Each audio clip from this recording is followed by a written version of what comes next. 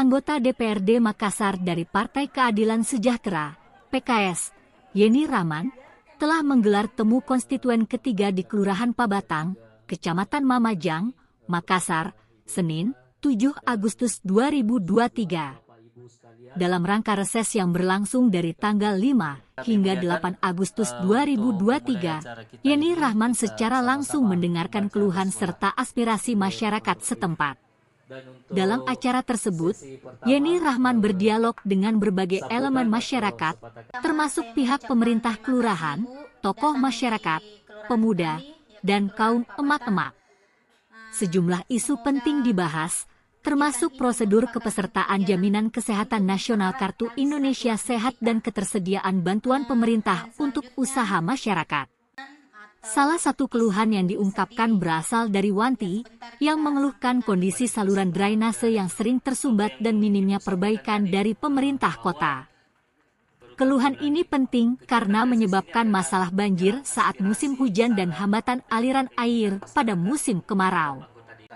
Yeni Rahman mengakui bahwa keluhan semacam ini tidak hanya dialami oleh satu individu, melainkan hampir oleh seluruh masyarakat di wilayahnya.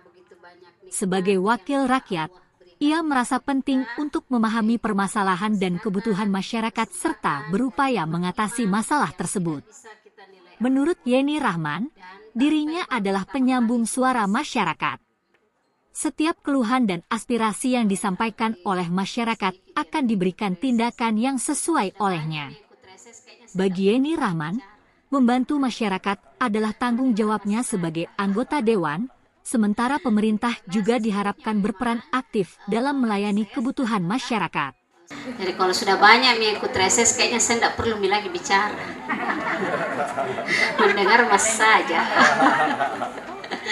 Karena sesungguhnya memang reses adalah suatu kegiatan di mana sebagai seorang legislatif harus turun ke masyarakat untuk mendengarkan apa harapan-harapan masyarakat, apa kebutuhan-kebutuhan masyarakat terhadap pemerintah kota.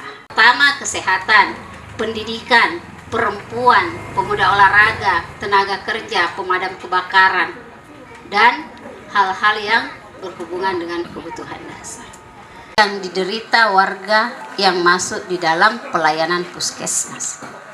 Ini juga yang menjadi nanti bisa dilakukan ketika ada kasus. Aman jadi case-nya? Tidak aman. Yang tentunya ini menjadi sorotan kami, sebenarnya harus selalu ada update data yang diberikan terhadap kelurahan. Saya tidak tahu ini ke depannya apakah tentang KIS ini sudah informasinya ini sudah lancar di kelurahan. Jadi tidak semua persoalan KIS langsung lari ke kami berbicara dengan KB. Tahu KB Bu ya? Bukan lagi itu Bu, keluarga berencana, keluarga berkualitas. Jadi tidak ada yang dibilang 2 anak cukup, 3 anak istimewa, 4 anak upah, tidak. Jadi 5 berkah deh, piti-piti tambah-tambah. Jadi tapi yang benar tadi Bu ya, KB itu keluarga berkualitas. Kita tidak melihat banyak atau sedikitnya, tetapi kita melihat bagaimana anak-anak itu mampu terdidik dengan baik. Nanti bisa diasumsikan kita masih merasa bahwa hal biasa kalau dianggap miskin, ya Bu ya. Punya resep tempo dulu, resep makanan ya. Makanan itu tidak pernah ada matinya. Semua bisa krisis, juga tidak bisa krisis. Menikah dengan makanan. Tidak ada kita suruh juga. Sudah tua pelihara cucu. Anak sudah pelihara cucu lagi. Yang kurang dari pemerintah adalah harusnya ada link dari kelurahan ke Dukcapil. Begitu dia input surat kematian si A, langsung masuk ke Dukcapil, langsung di situ dihilangkan, sudah meninggal. Nanti akan tergantikan sama orang yang betul-betul harus mendapatkan bantuan sosial. Yang ada adalah, Bu, kita minta tambahan lagi, masih ada yang belum terinput. Berarti kita belum mampu. Biasa dengar Bu, UF? Enggak kan? Nah, yang kita dengar cuma PKH, bantuan rastra, beras, padahal UF ada. usaha ekonomi bersama. Itu diberikan bantuan kepada kelompok dulu namanya KUBE, kelompok usaha bersama. Sekarang jadi UF. Jadi setiap bisa terima lagi asuransinya. Kami lagi. Nggak bisa lagi berapa? Saya juga terima kis, Bu. Saya dikasih kis. Kalau ada yang asuransi. Ayo, Tapi saya tidak pakai kis, Bu. Ya, makasih Bu.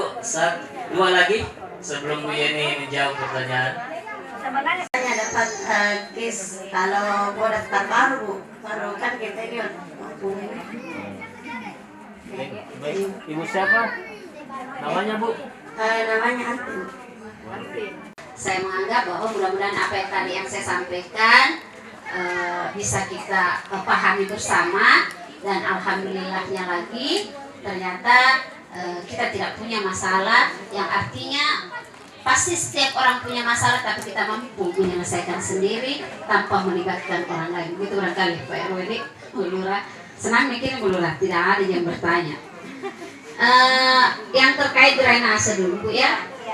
Ya ini memang yang menjadi sering menjadi kendala ketika suatu wilayah merupakan perbatasan. Tidak mau dibilang, misalnya kita contoh, mau dibilang Pak Batang setengah Parang, mau dibilang Parang setengah Pak Batang, dibilang siapa yang kerja, dibilang sedikit lurahnya Parang, sedikit lurahnya Pak Batang. Jadi sebenarnya hari ini harusnya clear dan harus ada penjelasan terhadap warga ketika suatu wilayah merupakan perbatasan. Kalau kita bilang harus dikerja di kecamatan, kecamatan tidak kerja karena dia akan menurunkan ke kelurahan. Begitu ya Bu Lurah? Jadi ini dua kali, ya harusnya logikanya itu 50-50. Setengah anggaran dari Daker misalnya ya, Daker Pak Batang 50%, Daker Parang juga 50%. Ini pensiunan PLN.